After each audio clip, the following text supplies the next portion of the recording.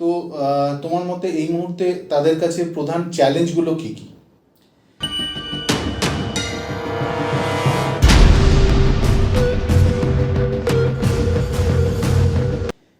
এই যে তোমাকে একটু আগে বললাম যে যদি কোনো সাধারণ লোক একজন আরেকজনের উপর মানে গোষ্ঠীর উপর আক্রমণ করে এবং অন্য গোষ্ঠীর থেকে তার কিছু প্রতিবাদ হয়, সেটা একরকম ব্যাপার। কিন্তু সবার থেকে বড় ব্যাপার হচ্ছে এখানে রাষ্ট্রযন্ত্র এই যারা অত্যাচার করছে তাদের উপর পুরোপুরি তাদেরকে ইন্ধন যোগাচ্ছে।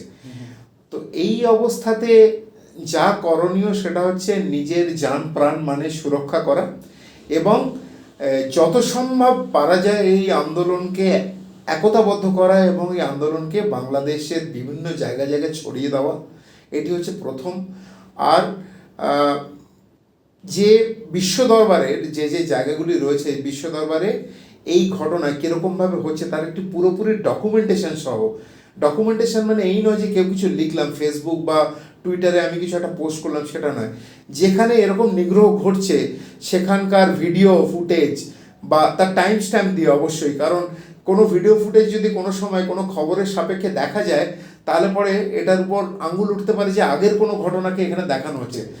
সুতরাং যে ভিডিও হচ্ছে সেই ভিডিওগুলি ঠিকঠাক করে টাইম স্ট্যাম্প দিয়ে ভিডিও ছোট ছোট তোলা এবং সেগুলির ছোট ছোট 2 লাইন 5 লাইনের তার বিবরণ লিখে সেগুলোকে সারা দুনিয়ায় ছড়িয়ে দেওয়া।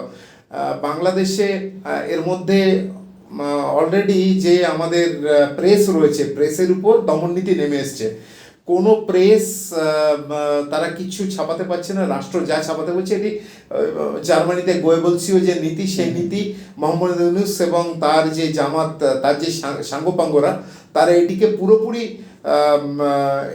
সেই গোয়েবলসীয় নীতির যে নীতিতে তারা চলছে এবং যে ইলেকট্রনিক মিডিয়া হোক বা প্রেস হোক খবর সেন্সর করা হচ্ছে। কোনো জায়গায় যদি দেখা যাচ্ছে যে সোশ্যাল মিডিয়া ইনফ্লুয়েন্সাররা তারা যদি কিছু কিছু খবর করছে তাদের উপর দমননীতি নেমে আসছে, মানে সেখানেই দাঙ্গাবাজরা তাদের বাড়িতে পৌঁছে যাচ্ছে কেন এরকম খবর করাচ্ছে।